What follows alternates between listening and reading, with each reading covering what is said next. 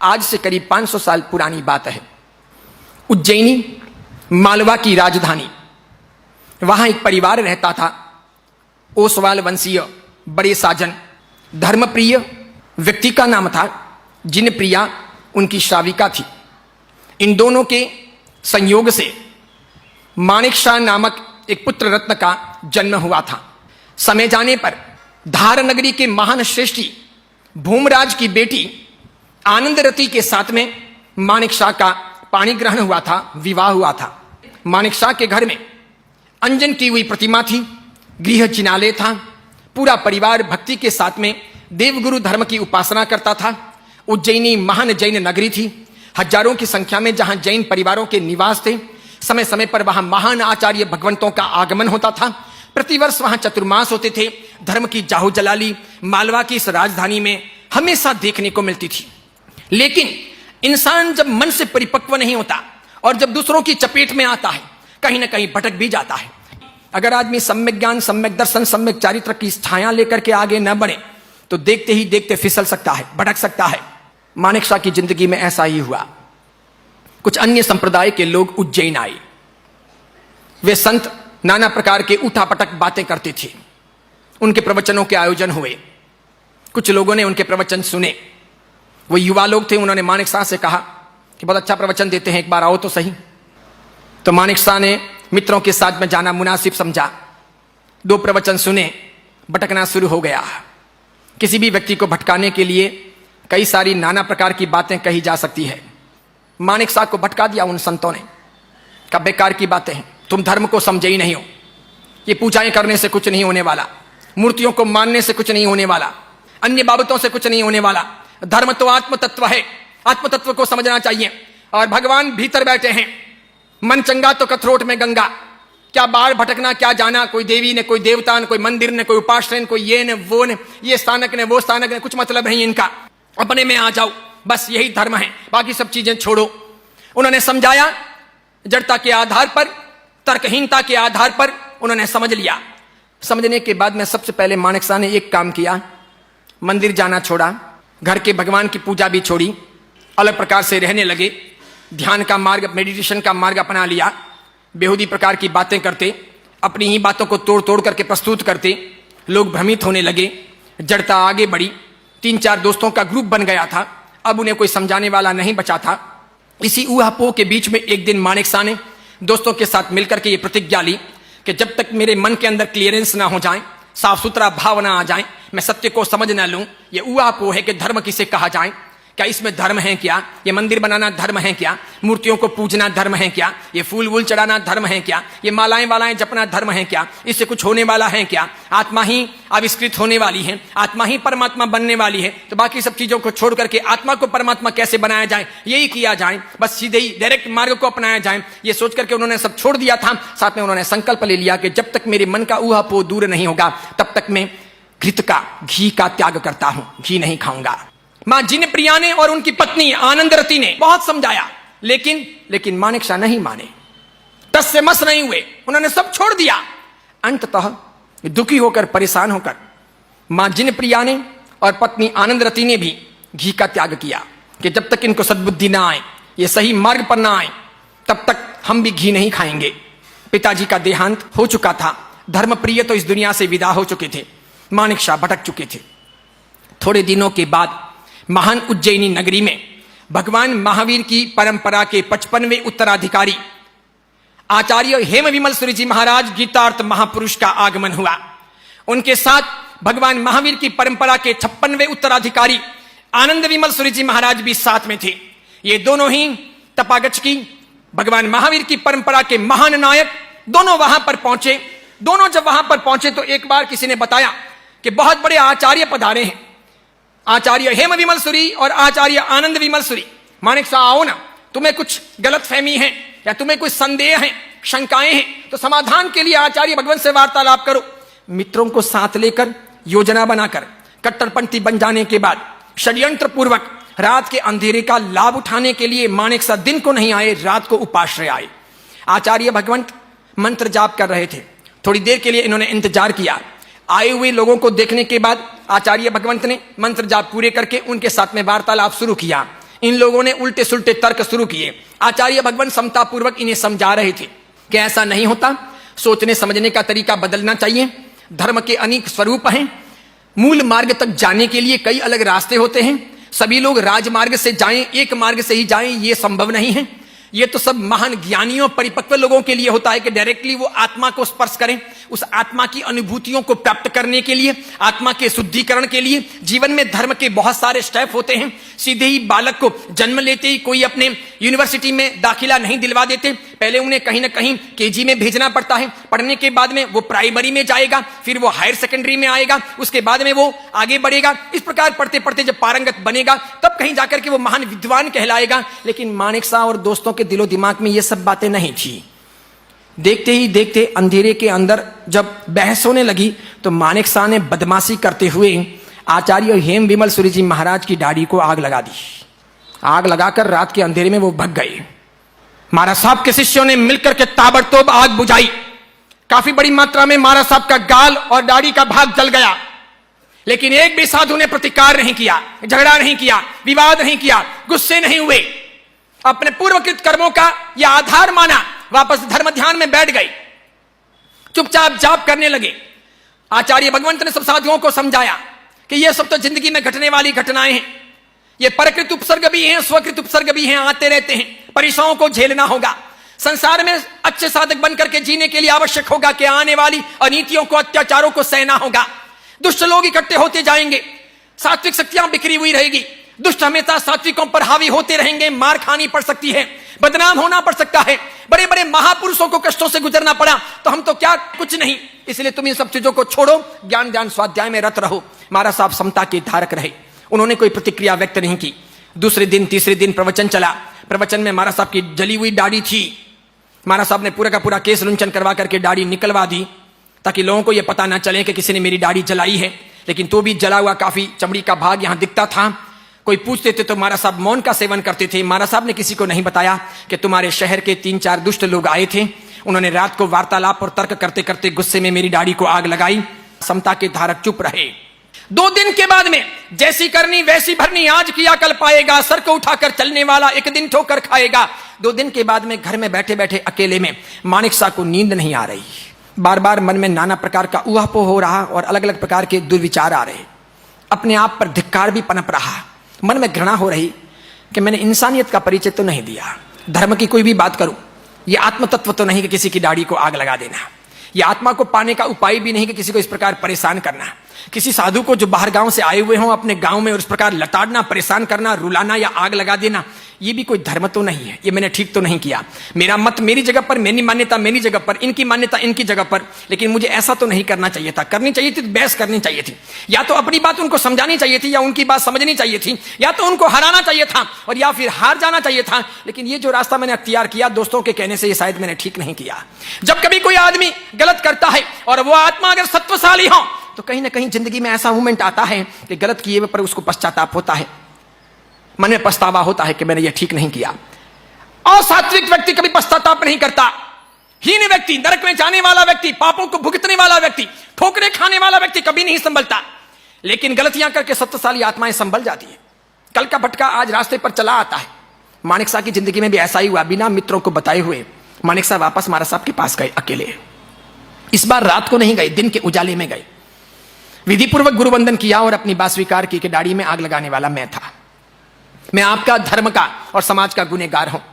मैं समाज के बीच में इसको कबूल करके इसका प्रायश्चित लेना चाहता हूं। मुझे आप माफ करो, मुझ पर दया करो।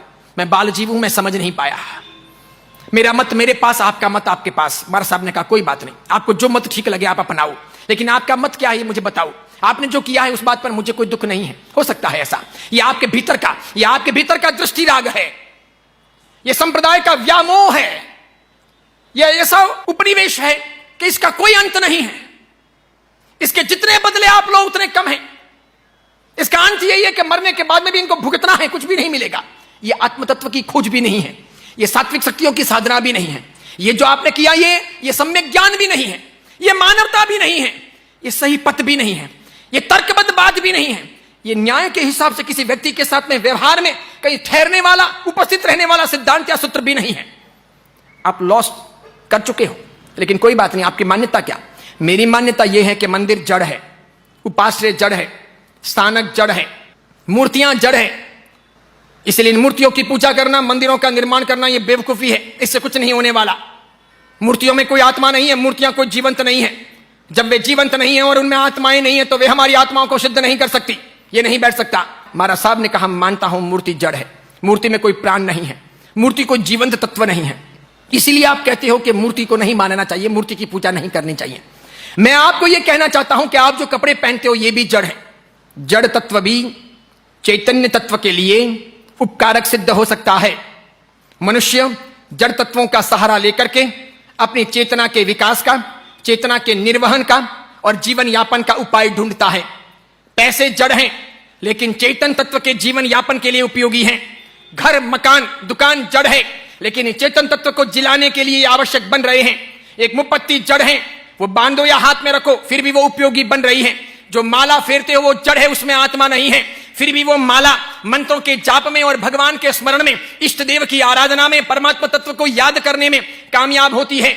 उसी प्रकार शरीर जड़ है, ये तो अंदर चेतना है इसलिए, और तो भी उस चेतना को ढोने के लिए वो जड़ उपयोगी बनता है। उसी प्रकार आप चाहे लकड़ी को देखो, गाड़ियों को देखो, वाहन को देखो, धन को देखो, वस्तुओं को देखो, सामग्री को देखो, सब जड़ है लेकिन इस चेतना के लिए आवश्यक बनते हैं।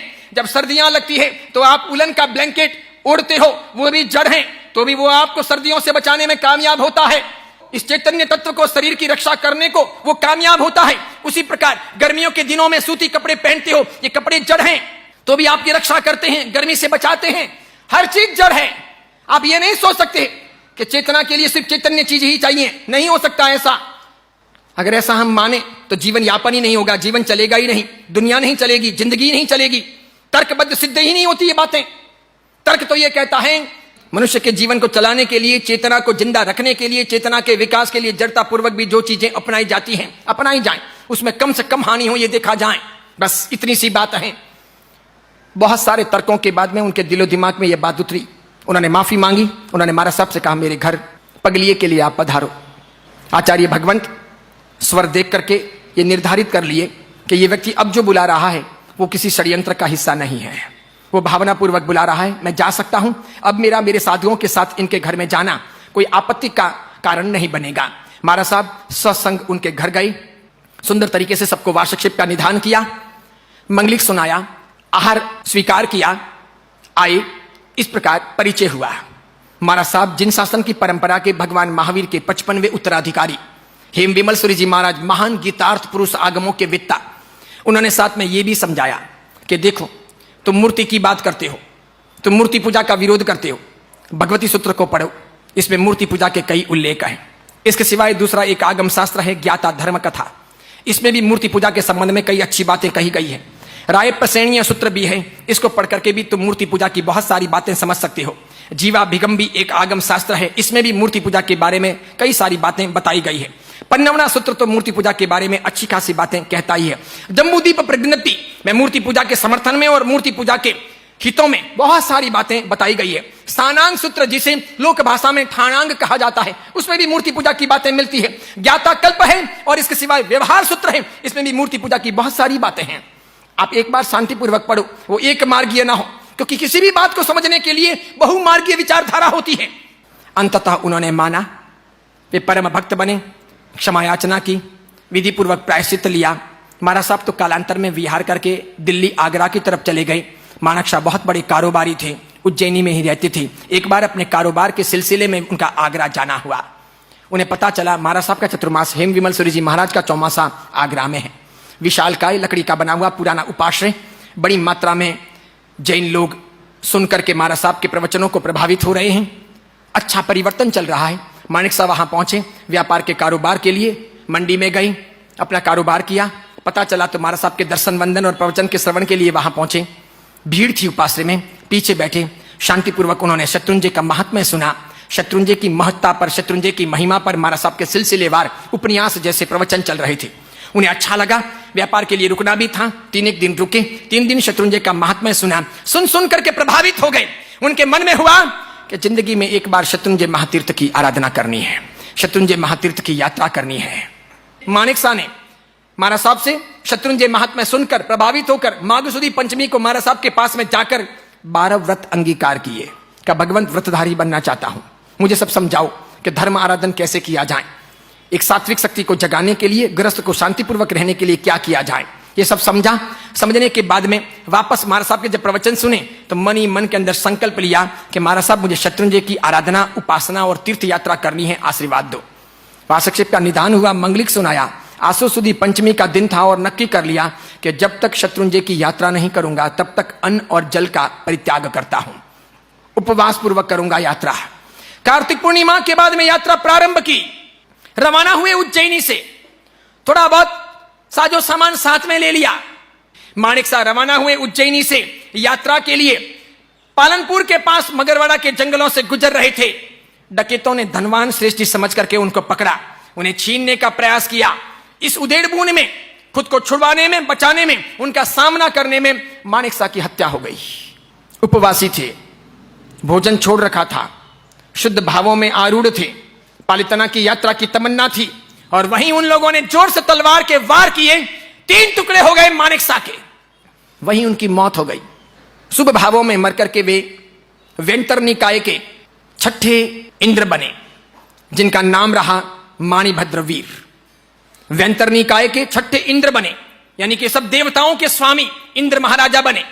इधर जो अलग संप्रदाय के साधु थे, उन लोगों ने हेम विमल सूरी जी और आनंद विमल सूरी जी को परास्त करने के लिए नाना प्रकार के पैंतरे रचे।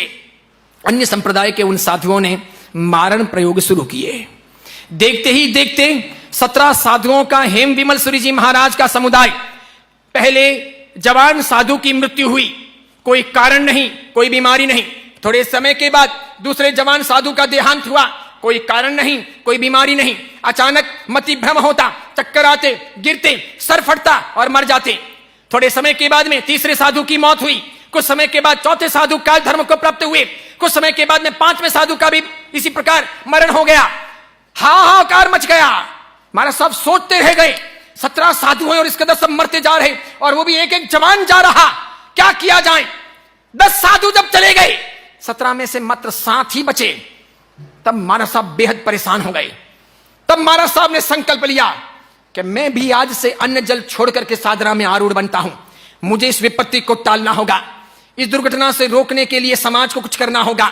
महाराज साहब ने नियमित 24 उपवास शुरू किए। 11वें दिन एक देवी माता ने प्रत्यक्ष होकर कहा, महाराज साहब यहां रहने से कुछ नहीं होगा, आपके ऊपर बहुत बड़ी मात्रा में मारण प्रयोग करवाए जा रहे हैं। आप चूंकि सूर्य मंत्र के साधक है इसलिए आप बच रहे हैं, टारगेट उनका आपको मारने का है, लेकिन आपके साधु मरते जा रहे हैं। आपको तत्काल इन सब की रक्षा के लिए मेरा मानो यहां से विहार करके मगरवाड़ा जाना चाहिए। पालनपुर के पास के उस जंगल के अंदर जहां माणिक साहब की हत्या हुई थी, वहां एक आत्मा आपको प्रत्यक्ष दर्शन देगी और वहां से आपकी समस्याओं का समाधान प्रारंभ होगा। विहार करके महाराज साहब वहां आए। भगवान महावीर की परंपरा के 55वें उस महान उत्तराधिकारी ने साधना की, 8ठम का तप किया। तीसरे दिन रात को वेंतर निकाय के ये इंद्रदेव माणिभद्र वीर प्रत्यक्ष हुए, प्रकट हुए। महाराज साहब ने इनको सारी बात समझाई। इन्होंने ध्यान दिया तो पता चला वे जो साधु हैं, वे जो संत हैं, वे जो ये मारण प्रयोग कर रहे हैं, उनके पास में अष्ट भैरव की साधना है। ये इंद्र महाराजा थे। भैरव माणिभद्र वीर के अधीन रहते हैं। भैरव से माणिभद्र वीर बड़े कहे जाते हैं। घंटाकर्ण वीर से भी माणिभद्र वीर बड़े कहे जाते हैं। माणिभद्र वीर को पता चला, माणिभद्र वीर ने शिक्षा दी, समझाया, सब भैरव शांत हो गए, उपद्रव शांत हो गया। तब माणिभद्र वीर इंद्रराज ने आचार्य भगवान से कहा, भगवान पिंड की स्थापना करने का संघ को निर्देश दो। जहां कहीं भी कोई भी आचार्य भगवान 3 उपवास करके साधना करेंगे तब मेरा सिंहासन चलायमान होगा और मैं उनकी सेवा में उपस्थित रहूंगा। ये वादा करके मैं रवाना होता हूं। उन्होंने वचन दिया। तब से मूर्ति पूजक जैन परंपरा में 8ठम का तप करके माणिभद्र जी को साधने का और माणिभद्र के स्थान पर आचार्य पद ग्रहण करने के बाद में सबसे पहले जाने का, साधना करके उनको प्रत्यक्ष करने का और अपनी रक्षा का प्रबंध करने का एक सुंदर परिपाटी का प्रचलन चला। तब से लगाकर आज तक 500 साल के इतिहास में लगभग सभी आचार्य भगवंत माणिभद्र वीर की साधना के लिए कोई उज्जैन गए, कोई मगरवाड़ा गए और कोई आगलोड़ गए। विशेष करके मगरवाड़ा उनका मेन स्थान। कालांतर के अंदर मगरवाड़ा के आसपास में जैनों की बस्ती कम हो गई, तो बड़ी मात्रा में अजैनों ने भी उस चमत्कारिक माणिभद्र को मानना शुरू कर दिया। आज माणिभद्र वीर को उत्तर गुजरात के अंदर बहुत सारी जातियां, हिंदू जातियां अपने कुल देवता के तौर पर पूजती है। इसलिए वे सभी जातियां बालकों की जातर उतारने के लिए, बाल उतारने के लिए भी मगरवाड़ा आती है। वे सभी जातियां पति पत्नी के तौर पर अपने नवदंपति का छेड़ा खोलने के लिए, छेड़ा छोड़ने के लिए भी मगरवाड़ा आती है।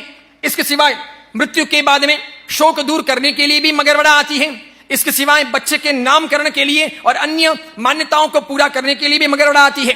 तो ये सभी जातियां कुल देवता के तौर पर माणिभद्र वीर को मानती है।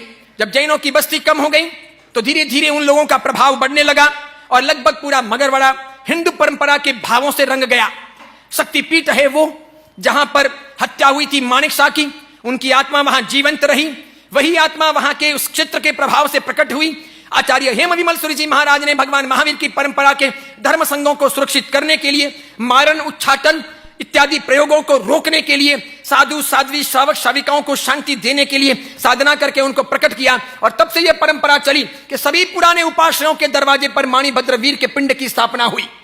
और जो भी कोई आचार्य, भगवंत आचार्य पद लिए विहार करके पहले मगरवाड़ा पहुंचे, संभव हुआ वहां तक उन्होंने अट्ठम की साधना की और अट्ठम की साधना करके माणिभद्र को प्रत्यक्ष किया। इस प्रकार ताकतवर हैं, चमत्कारिक हैं, प्रकट प्रभावी हैं माणिभद्र वीर। ये 507 साल पहले की बात है। कल यानी आसो सुदी पंचमी को उनको 506 साल पूरे हो जाएंगे। उनका 507वां प्राकट्य दिवस।